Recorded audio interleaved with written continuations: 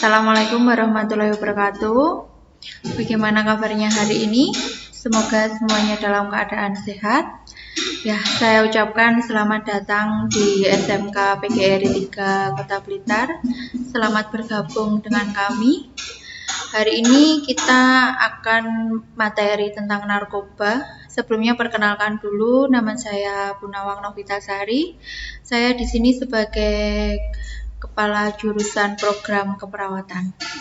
Berikut materi yang akan saya sampaikan hari ini. Ya, kita mulai ya materinya untuk pagi hari ini. Yang pertama adalah tentang narkoba. Jadi apa sih itu yang dinamakan dengan narkoba? Jadi menurut data dari WHO, narkoba itu merupakan semua zat padat, cair maupun gas yang dimasukkan ke dalam tubuh yang dapat merupakan fungsi dan struktur tubuh secara fisik maupun psikis, tidak termasuk makanan, air, dan oksigen, di mana dibutuhkan untuk mempertahankan fungsi tubuh secara normal. Ya, jadi narkoba itu merupakan zat padat, cair, dan gas yang dimasukkan ke dalam tubuh manusia. Dan ini istilahnya. Jadi narkoba itu ada istilahnya, ada yang narkotika, psikotropika, dan bahan atau zat adiktif. Kemudian ada juga nafsa, yaitu narkotika, psikotropika, dan zat adiktif juga. Kali ini tentang narkotika. Apa itu yang dimaksud dengan narkotika? Jadi suatu zat atau obat yang berasal dari tanaman atau sintetis maupun semi-sintetis yang dapat menurunkan kesadaran. Jadi hilangnya rasa, mengurangi sampai menghilangkan rasa nyeri, dan dapat menimbulkan ketergantungan. Jadi itu yang dinamakan dengan narkotika. Jadi orang itu kalau menggunakan zat yang namanya narkotika, dia bisa menurunkan kesadarannya, bisa menghilangkan rasa nyeri, tetapi dengan efek dapat menimbulkan ketergantungan. Lanjutnya tentang psikotropika. Jadi psikotropika itu merupakan zat atau obat alamiah narkotika yang berkhasiat psikoaktif melalui pengaruh selektif pada susunan saraf pusat yang menyebabkan perubahan khas pada aktivitas mental dan perilaku. Jadi kalau ada perubahan perilaku, dia masuknya ke psikotropika. Kemudian ada juga namanya zat adiktif. Zat adiktif ini adalah bahan lain bukan narkotika atau psikotropika yang penggunaannya dapat menimbulkan ketergantungan baik psikologis atau fisik, contohnya alkohol, rokok, kafein. Jadi yang ada rokok, biasanya ya kita kenal dengan rokok, itu merupakan salah satu dari zat adiktif yang dapat menimbulkan ketergantungan baik psikologis atau fisiknya. Jadi orang itu kalau sudah merokok pasti dia akan mengalami ketergantungan. Dan ini menurut dari sejarahnya, itu ada namanya Hippocrates atau zaman Romawi telah menggunakan opium sebagai obat tidur. Ini awalnya ya dari sejarahnya. Dan diduga abad ke-15 telah digunakan oleh suku Indian dalam upacara ritual. Abad ke-17 ganja diperkenalkan oleh Belanda dan tahun 1860 ganja ditanam di Jawa dan Sumatera. Kemudian tahun 1909 Amerika melarang penggunaan opium atau candu. Sedangkan tahun 1960 heroin, morfin, barbiturat, amfetamin, kokain telah ditemukan di Jakarta dan di Bali. Tahun 1970 ditemui morfin yang disuntikan, mulai adanya pengobatan terhadap pengguna. Dan tahun 1990 mulai golongan amfetamin muncul secara besar-besaran, misalnya adalah ekstasi. Dan lanjutnya penggunaan jarum suntik dan HIV/AIDS di dunia. Diperkirakan terdapat 13,2 juta pengguna jarum suntik di dunia. Penggunaan jarum suntik sudah dilaporkan di 134 negara. Di 114 diantaranya melaporkan adanya HIV di kalangan pengguna narkoba suntiknya. Dan epidemi di kalangan pengguna narkoba suntik menunjukkan adanya keragaman pada berbagai tingkat regional maupun tingkat negara. Dan epidemi di kalangan pengguna narkoba suntik menyumbang banyak pada epidemi di Asia. Jadi penggunaan narkoba yang dengan cara melewat jarum suntik itu bisa menekan angka dari HIV atau AIDS. Ya. Karena apa? Dijelaskan juga bahwa adanya HIV itu di kalangan pengguna narkoba yang suntiknya. Karena HIV/AIDS itu penularannya juga melalui jarum suntik. Ya. Ini. Jadi penggunaan narkoba dengan jarum suntik. Penggunaan satu jarum untuk beberapa orang bergantian.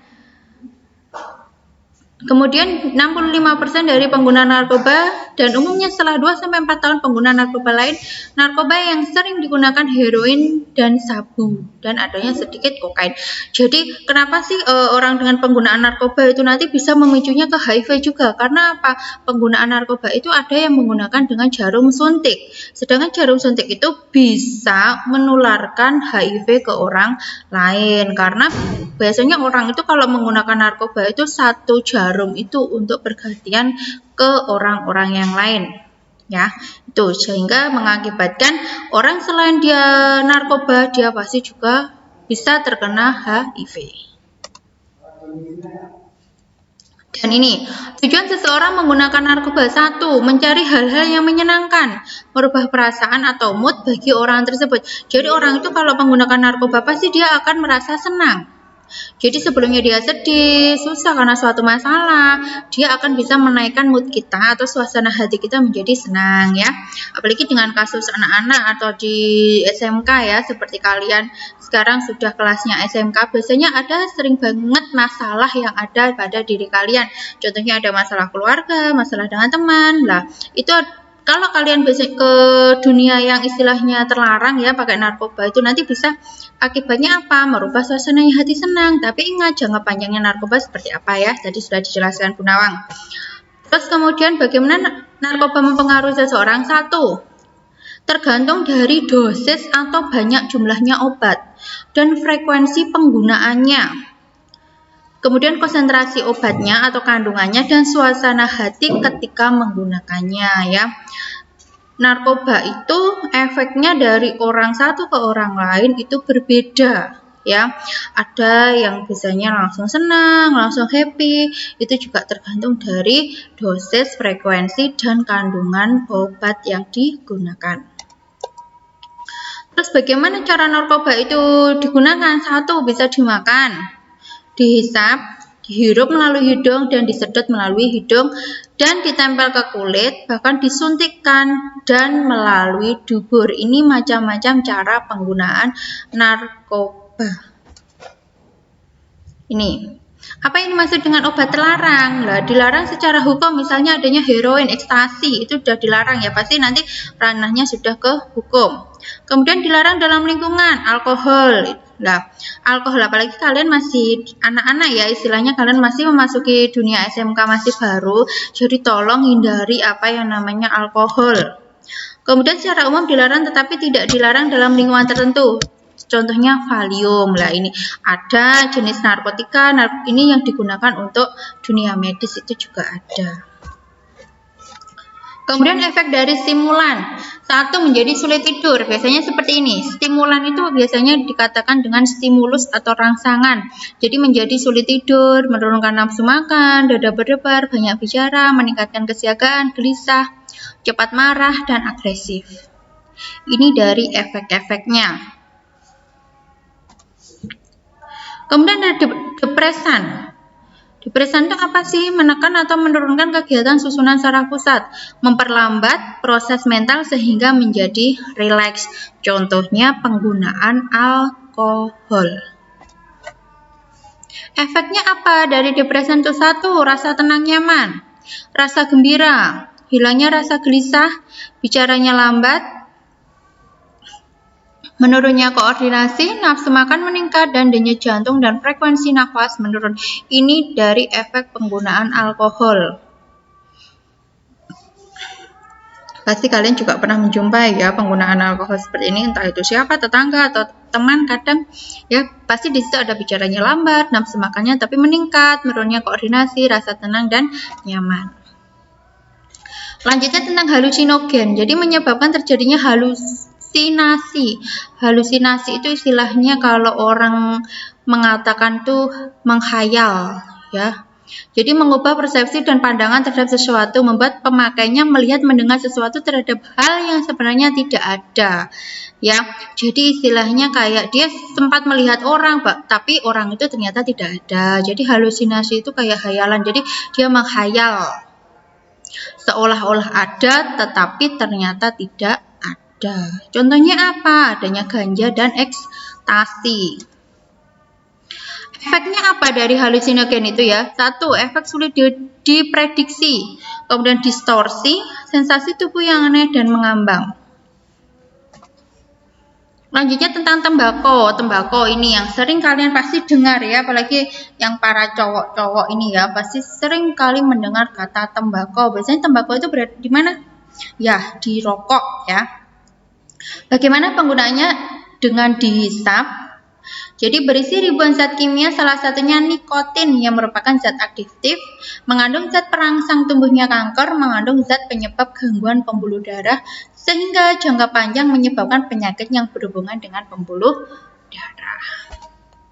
Ini ya gambarnya. Ini dari bagian-bagian dari rokok. Makanya kalian nanti kalau bisa menghindari apa yang namanya rokok, ya. Efeknya apa? Rangsangan pada otak sehingga pengguna terasa tenang, menurunkan nafsu makan, kelumpuhan, peningkatan asam lambung, pengurangan produksi urin di ginjal. Kalau ini alkohol ya, caranya bagaimana? Diminum, bisa menyebabkan depresan. Ya. Efeknya apa dari kita minum alkohol? Senang, santai, hilang rasa malu, keseimbangan, bisa menurunnya frekuensi nafas. Efeknya apa kalau kita mengkonsumsi alkohol? Satu, pasti dia akan mengalami ketergantungan. Jadi namanya ketergantungan itu dia akan terus-menerus untuk menggunakan alkohol. Kemudian adanya gangguan sistem pencernaan, bisa dia penyakit emah, pola makan terganggu. Kalau adanya gangguan hati, contohnya bisa kena kanker. Kalau kerusakan otak itu tadi terjadinya halusinasi atau bayangan itu tadi. Kemudian ingatan menurun. Ya. Kemudian ada ganja. Ganja itu bagaimana penggunaannya? Satu, dengan cara dihisap, dimakan dan diminum. Jadi termasuk depresan juga. Ada yang mengklarifikasi golongan kanabinoid dan tanaman yang telah dibudidayakan sejak zaman dahulu. Dipakai pada upacara ritual pada era kaum Indian. Ini contohnya. Ya, dari penggunaan ganja. Efeknya apa kalau kita menggunakan ganja? Satu, santai. Dua, nafsu makan bertambah. Tiga, halusinasi. Kemudian cemas dan panik dan paranoid atau curiga. Kalau ini penggunaan dari heroin, ya, dengan cara dihisap dan disuntik. Efeknya apa? Senang, hilang rasa sakit, mual, menurunnya frekuensi nafas. Ini contohnya, ya.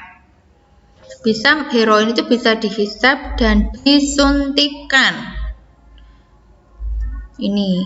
Nah, tadi yang dikatakan Bu Nawang tadi, kenapa kok efeknya bisa ke HIV? Lah ini kan ada jarum suntik. Lah jarum suntik yang ini, yang seperti di gambar ini digunakan untuk berbagai orang atau bergantian. Jadi gentenan satu-satu gitu. Habis kita dipakai orang lain lah. Karena dipakainya banyak orang itu tadi bisa resiko terjadinya penularan penyakit HIV ya. Jadi ditular nih, kamu nggak kena HIV, tapi karena kamu pakai narkoba kemudian pakai jarum suntik seperti ini, lah temanmu itu sudah kena HIV, terus kamu pakai jarum suntiknya, kamu bisa tertular penyakit HIV. Kalau ini kokain ya, jadi klasifikasinya stimulan, caranya dihirup, disuntik, dihisap. Ya, efeknya bagaimana? Banyak bicara, nafsu makan menurun, tahan akan keletihan. Kalau ini inhalan atau solvent, yaitu depresan dengan cara dihirup, sering dipakai pada anak jalanan, pemakainya sering terjadinya keracunan. Pada apa sih? Lem, tinta spidol, cat kuku, minyak korek api, cairan pembersih rumah tangga lah itu. Efeknya apa dari inhalan? Jadi bisa gembira, ngantuk, sakit kepala, pusing, diare, perih, hidung, dan mulut. Ini ya. Ini adalah berbagai istilah seputar dari narkoba. Bisa kalian baca ya. Jadi nanti kalau kalian menjumpai kata-kata seperti itu sudah tidak asing lagi. Kalian sudah pernah membaca. Ya. Lanjutnya ini, kalau kita sudah ke narkoba, kita langsung ke pornografi dan porno aksi. Ini ya. Ini jadi satu kesatuan antara pornografi dan porno aksi dan narkoba. Kalau bisa kita menghindari hal-hal tersebut. Jadi definisi pornografi itu apa sih? Gambar perilaku yang lebih banyak menonjolkan tubuh dan alat kelamin yang sifatnya jorok, vulgar, seronok, dan membuat orang yang melihatnya terangsang secara seksual. Jadi kalau pornografi itu gambar. Makanya kalian kalau sudah SMK kalau berfoto ya, foto selfie kalau bisa jangan sampai memperlihatkan aksi yang namanya pornografi. Karena apa? Nanti sudah bahaya, efeknya sudah kemana-mana ya. Lanjutnya ke porno aksi. Jadi kalau porno aksi itu suatu penggambaran penonjolan bagian tubuh yang dominan memberikan rangsangan seksual ya. Jadi sudah istilahnya kalau porno aksi itu ya sudah tindakan ya. Kalau pornografi itu adalah gambar. Nah ini, pornografi dan porno aksi itu adalah perilaku menyimpang yang mempertontonkan kegiatan yang membangkitkan gairah seksual secara sadar dan sengaja kepada publik secara umum ya. Jadi pesannya Bu Nawang, kalian kalau sudah masuk ke SMK 1 ya, tolong kalian kalau berpakaian itu yang sopan, berpakaian seragam itu yang sopan. Jangan sampai kalian, apalagi yang perempuan ya, yang ketat itu jangan ya. Karena apa? Di salah satu sisi ada namanya pornografi, jadi memperlihatkan gambar-gambar ya.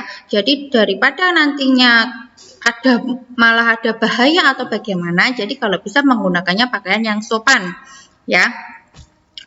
Nah, sebelum saya akhiri, nanti di belakang itu ada video, nanti bisa kalian lihat ya. Bisa kalian lihat sebagai edukasi atau pembelajaran kalian. Itu tadi materi yang telah Bu Nawang berikan, semoga bermanfaat bagi kalian ya. Saya ucapkan sekali lagi selamat datang, selamat bergabung di SMK PGRI 3 Blitar. Dan saya Bu Nawang, terima kasih atas perhatiannya. Kalian sudah mengikuti materi pada pagi hari ini. Sekian dari saya, wassalamualaikum warahmatullahi wabarakatuh.